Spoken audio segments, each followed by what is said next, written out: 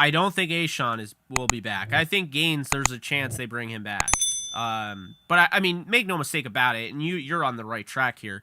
Bobby Brown was brought in to eventually get one of those starting jobs, and it wasn't Aaron Donald. So, I think at some point, if BB3 is not ready, like I actually just did a way too early mock draft for the Rams, and Jets actually. And for the Rams, I had them getting Brenton Cox Jr., the edge defender from Florida, because you have, Hollins is, in a contract year. I think this is a guy that could potentially be a first-round talent, when the season progresses. So I like the idea of getting some edge depth, or potential starter. Then you have Darnell Wright, the offensive tackle at Tennessee. Havenstein, his contract is expiring soon. Wright, I think, is a very solid plug-and-play potential right tackle.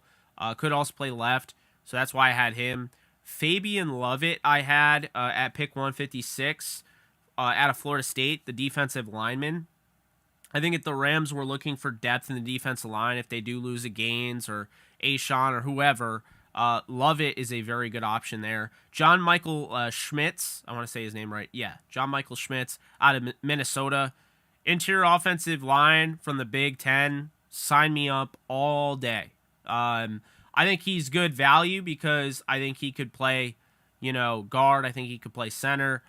He gives you some value there because you do have coming up, Edwards was 2019. So, he's going into a contract year. So Schmitz is going to be there.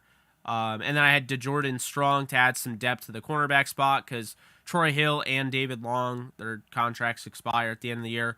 Brandon Thomas I put in there, the running back out of Memphis, to replace Darrell Henderson if they end up losing him.